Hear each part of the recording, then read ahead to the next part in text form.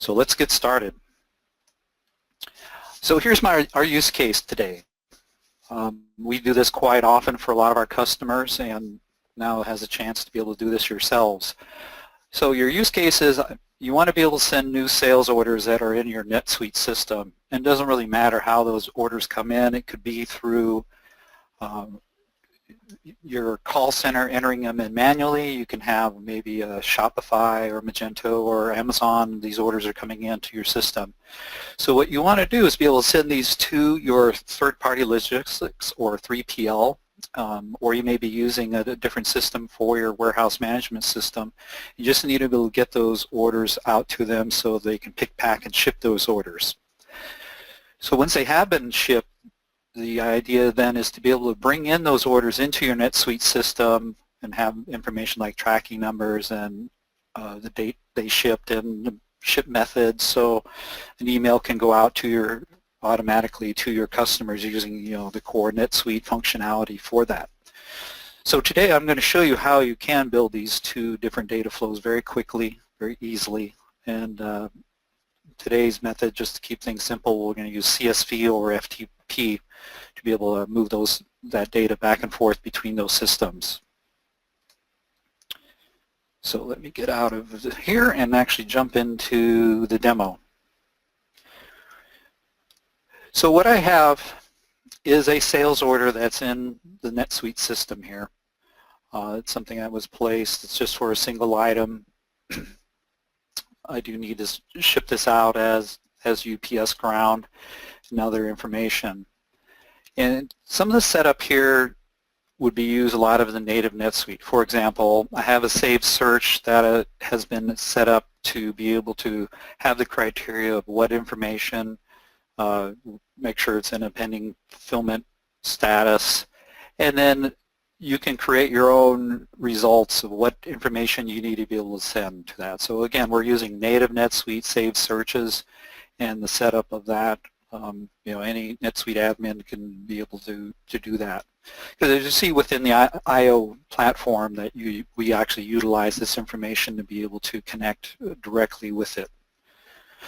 So there's your setup, and I have an order that's in pending fulfillment. So let me jump over to the Integrator Io platform. Now Io is a cloud-based system, as we talked about, iPaaS, as a platform, as a service, and allows you to be able to create different integrations. Just briefly, on the home page here, you can kind of see that you can create your own, which we'll do in a second. We also have some pre-built connectors, and as we build out the library of these different connectors, you can install these yourselves, set them up yourself, and be able to start using them right away. Shopify, for example, is one. Jira and Zendesk are some pre-built connectors. So again, this library is going to increase rapidly and be able to install those yourselves. We also have a data loader. We won't go into this too much here, but if you have questions later, we can certainly answer those. But this also allows you to be able to do mass updates to a particular system using CSV. So if you wanted to load a bunch of data into NetSuite or into Salesforce, or use a REST-based web store that you're using that you need to update your items, you can actually utilize this tool. So perhaps in another webinar we can go into more details about how this data loader works, but again, allows you to be able to do some mass updates to those systems. But today, let's go ahead and let's build our first integrations on its own. So as we talked about, we need to be able to go out and grab the information out of NetSuite to be able to do that. So what I need to do is create a data flow, and we have a wizard that sort of steps you through. So everything goes through these 4 steps. We're going to export out of the one system, we're going to import the data into another system, deal with the mappings, and then the setup associated with that data flow here. So the very first thing we're going to do is go ahead and actually, let me go ahead and show you. Right now, we have a couple different adapters. We have a NetSuite Adapter, that allows you to be able to know the structure of the NetSuite system. So there is no other mappings, or well, you still have to map the records, but no other connections that you have to do and any fancy things. They're already pre-built. Same thing with Salesforce. You're able to have an adapter to be able to connect directly with Salesforce objects to be able to move data in and out of that system. We also have a REST API connector where you can define the HTTP call and the JSON structures associated with that. And then there's also a library of webhooks. And if you're not familiar with webhooks, these are, consider them as events that happen within a web system. So for example, you can see there's already a library of several, so a lot of people are familiar with Jira.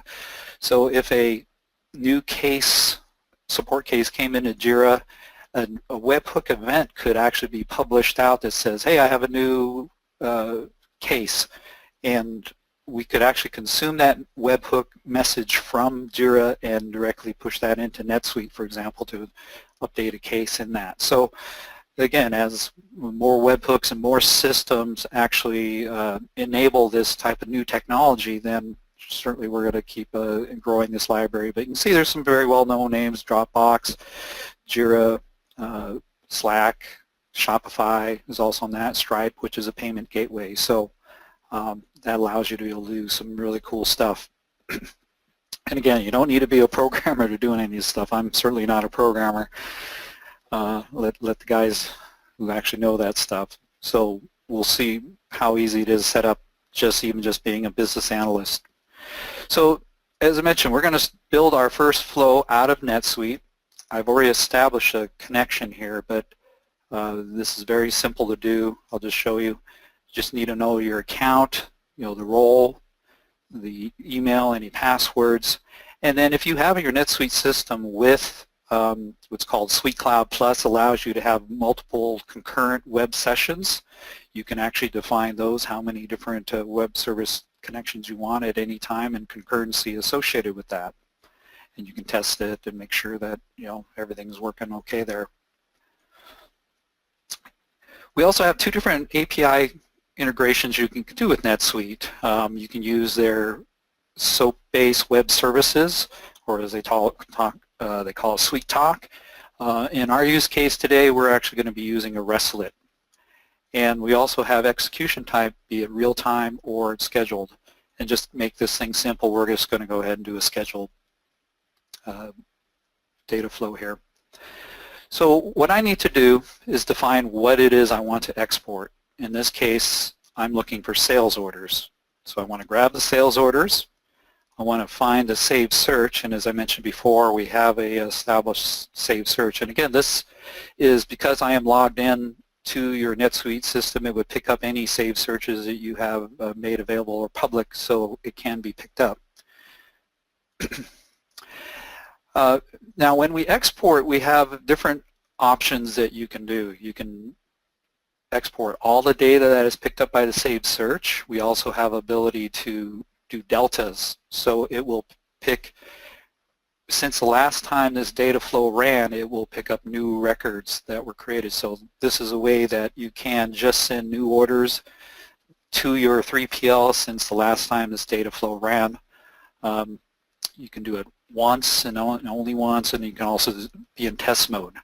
But for today, we're just going to go ahead and send everything. And if there are some advanced features such as page size, if your 3PL can only handle one record at a time, or it needs, they can only do 100 at a time, allows you to be able to define some of those parameters. And there you go. So that's the first step. So now we're on to the second step. Now we have the data coming out. We need to say, where do you want to import the data to? In this case, as I mentioned before, we could send it to your NetSuite system, another REST API, Salesforce, but in this case, we're just going to do it an FTP connection, just to keep things simple so you can all see it. Or we have an FTP site. You can also do SFTP. You can have which directory you want to use and other type of definitions that you would have for a FTP server. So a lot of 3PLs actually have FTP. You can host your own. I would define which path I want to find that.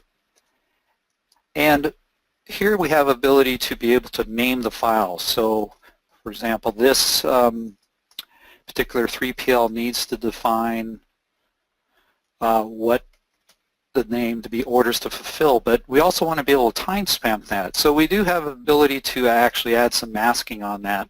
And we're using some handlebar technology, so I just did two curly open brackets to be able to bring up this dialog box of here's some different timestamps that you can add to the extension of that file name so they always become unique. So a common format for this is to use the day, month, year, and maybe a hour that you sent it. So I'll go ahead and grab this format, but I'm going to eliminate these dash marks here out of that format, so it just gives me the hours, minutes, days associated with that. So that's what my file name is going to look like. And here I need a file extension. So as I mentioned before, we're going to call it we're going to use a CSV file. If they need to compress it or zip it up, you have that ability to be able to do that. I'll show you how as far as a sample file when we do the other direction here. We also have a selection of different delimiters. You can use pipe, semicolon, commas, tab, space. In this case, let's go ahead and create a comma-based CSV file. And I want headers so at least we can be able to see what data fields we're going to have. And we have some other options that are available for that CSV file. So there you go. That's all you need to be able to at least set up the import. So now we get to the fun stuff as far as the actual data mapping. And we have some associated tools with that. So we hit Create Mappings. So as we mentioned before, since we've already defined what the saved search was, there is already some fields that have been established as far as the different fields that are coming up in the saved search that we need to be able to map here. So for example, let's go ahead and do the document number, which would be the order number. And the FTP site, they are expecting this, and we'll just call it order. The next thing that comes up, obviously you want to be able to define a date. We'll call it date. And again, these are the fields that would be defined by the 3PL as far as what they need to have as the name of the files and the format things that come across. And from the saved search, name is actually what the customer is, so we'll just go ahead and call this customer. And we have some other abilities here that we can show. So for example, this is a very common thing that occurs. In NetSuite, as you know, you have different ship methods that are established, or ship via. So you may have UPS ground, overnight, and other things. But a lot of times 3PLs actually need a different code that they utilize for those types. So in those cases, we actually have, if you hit the little gear wheel over here, allows you to be able to do some manipulation to the code. You can define what the data type is. So in this case, we're going to be a string. You can hard code in values. You can do static lookup, and you can do multi-fields, which again we won't get into today, but I want to do a static lookup. So in this case, this allows you to do some mapping. So for example, in NetSuite, a ship via is UPS ground, but actually what happens over in the 3PL, they need to be called that UPS 01 is their definition of what UPS ground is in their WMS system. So this allows you to be able to do these types of mappings as you go in. So FedEx might be over here, might be FedEx.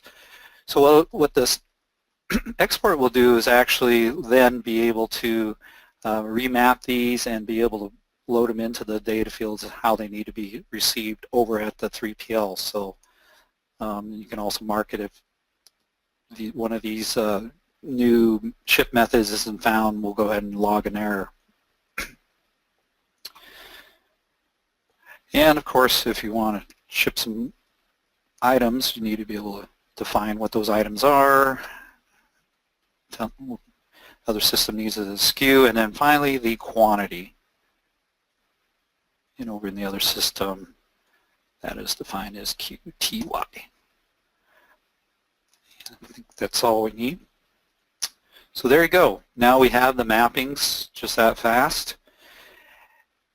And I'm just going to call this SO export NetSuite to 3PL. Define what this is. And with these data flows, you are able to schedule them. You have the ability to be able to create the crons so you can run them every 15 minutes, you can run them every hour, every 2 or 3 hours, depending on how you want to be able to send it. Depending on the day of the week or day of the month, you only want it Monday through Friday. So this, again, allows you to be able to schedule how you want to run these particular data flows. But in this case, I'm just going to go ahead and manually run it, so I won't schedule that. So let's save that first data flow. And I think we are ready to run it. So as simple as hitting run. And as I mentioned before, you can schedule it, but any of these data flows can be run on demand. So if you wanted to push, you just know you just got a bunch of new orders in and you want to push them directly to that, it'd be as simple as going to your Integrator Io dashboard here and hitting that run button, and it'll automatically run on demand for you. So you can see it's in progress, and if things go well and I paid the demo gods, we should have a successful export of the sales order out of NetSuite into the FTP server.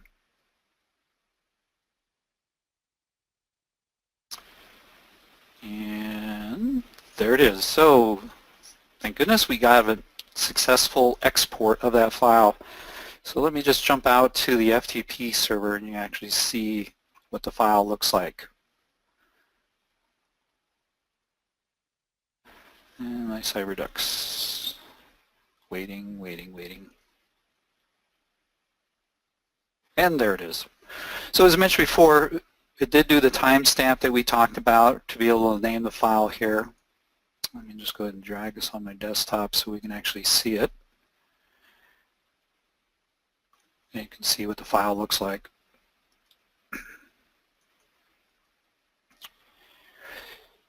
So as I mentioned before, here is the file, here's the export that was just sent out, and as we noted, the ship method did get translated from UPS ground to UPS 01, and the SKU and the quantity of that particular item. So now the 3PL has the order, and now hopefully they're going to go out, pick, pack, and ship, and that will take care of that.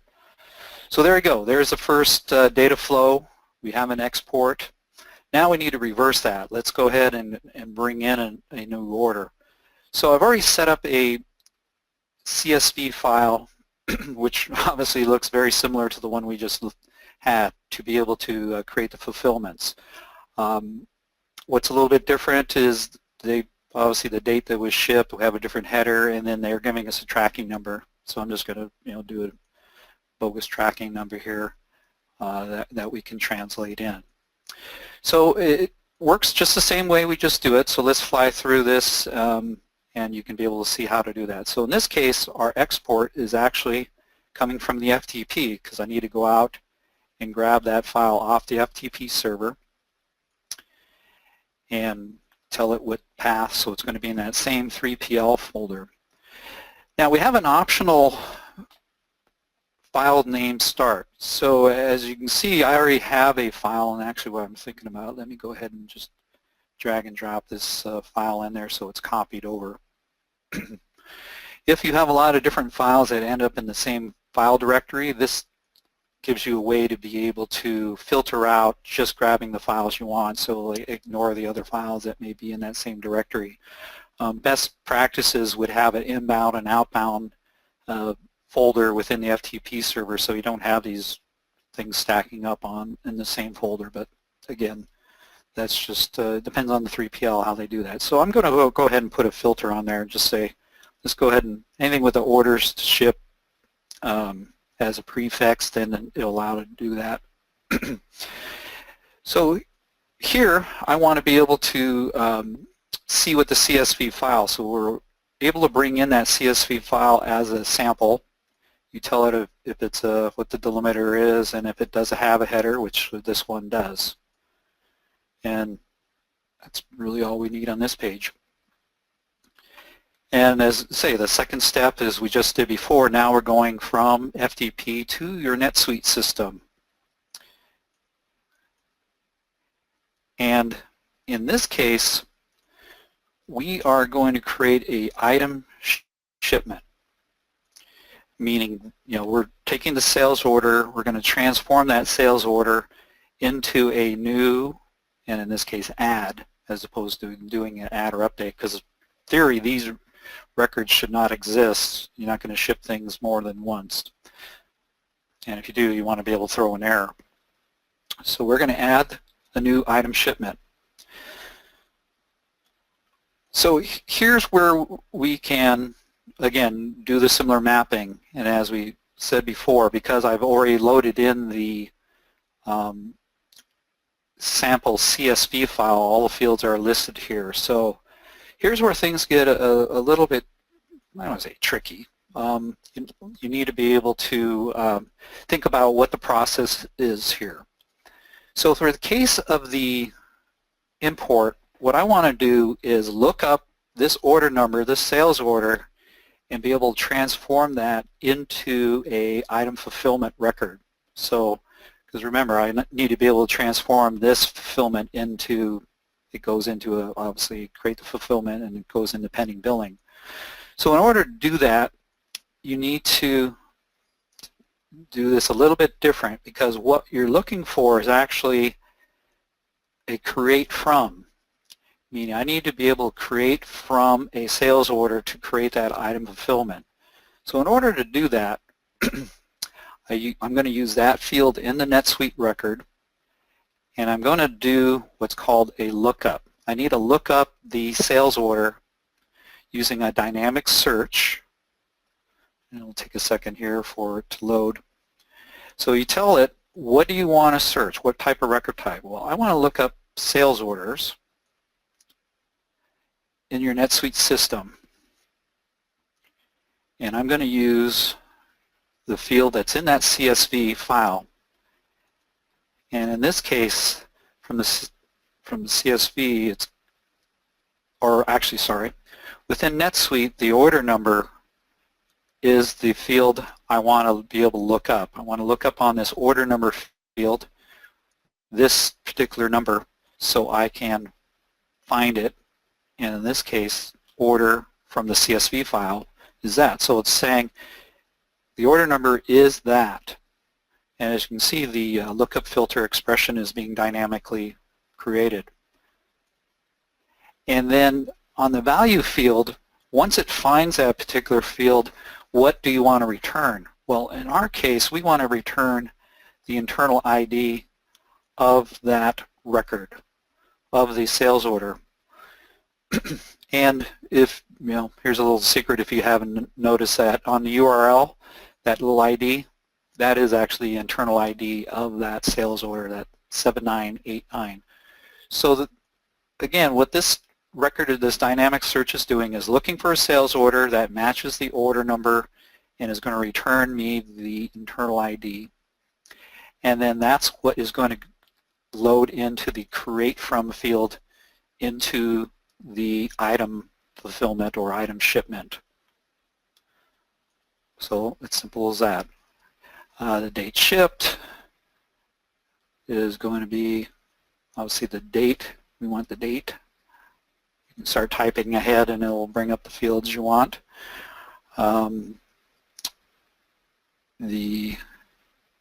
Let's go, oh yes, we have to do the ship method.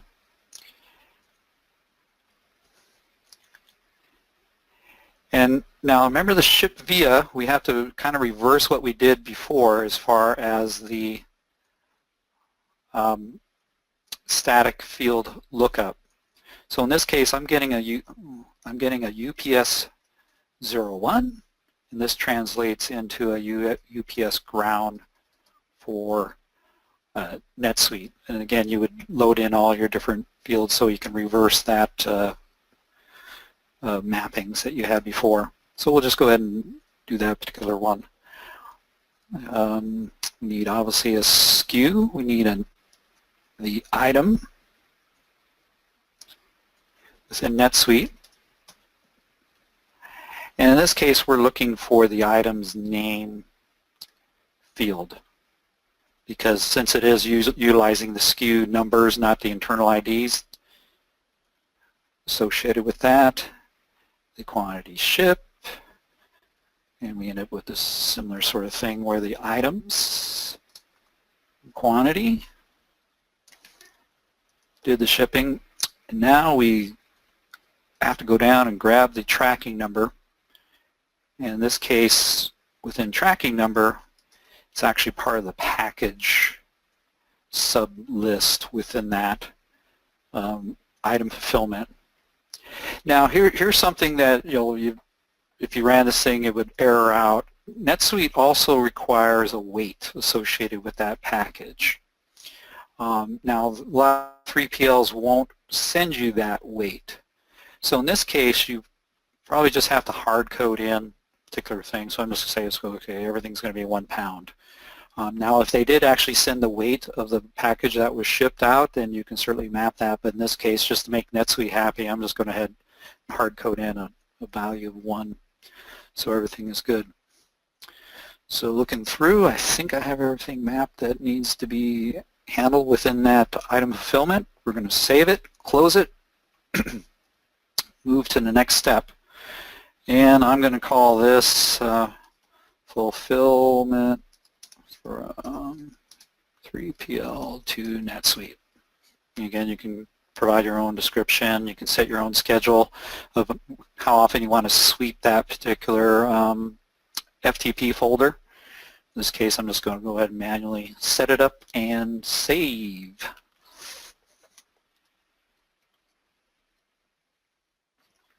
So as we did before, we have the file that's sitting out there, out on the FTP server, and if all things run well here, I'll go ahead and run the fulfillment and hope that everything works, and we'll have a successful import of that CSV file. So you can see it dynamically updates, and if there were any errors that did occur, you would see them show up here. Error message would appear and be able to do that. As you can notice up at the top here, I'm hiding any empty jobs here. If I did have certain jobs that it was sweeping the FTP folder and didn't find anything, you'll see it does show up here that it did ran, but you can always use the hide empty job so you don't have to clutter your board here. And there you go. So we did get a successful import. So if all is good, if I do an update, which is a F5 for a refresh of your NetSuite, we should be able to see that now that it is in pending billing, which is yay, things worked. So if I go in history, look at the fulfillment, let's go ahead and open that fulfillment record. We can see that an item shipment has been created. It was get mapped to UPS ground. We did ship one of those things. The package, as you can see, did load in. It's 1 pound, and we did get a tracking number associated with that. And if you had your NetSuite system configured to automatically send out email notifications once a fulfillment record is created, then that would get emailed out with this information to your customers that their order has shipped. So there you go. We in about 20 minutes with me yapping away here, we were able to create 2 different data flows on your own to be able to export out of NetSuite, to create a order export to your 3PL, and then be able to pull in a fulfillment and auto-create and transform a order, as you noted, this create from sales order, to a item fulfillment, and everything has been shipped and billed, and you have happy customers, and hopefully you're happy that you have now created your own first Integrator Io data flows.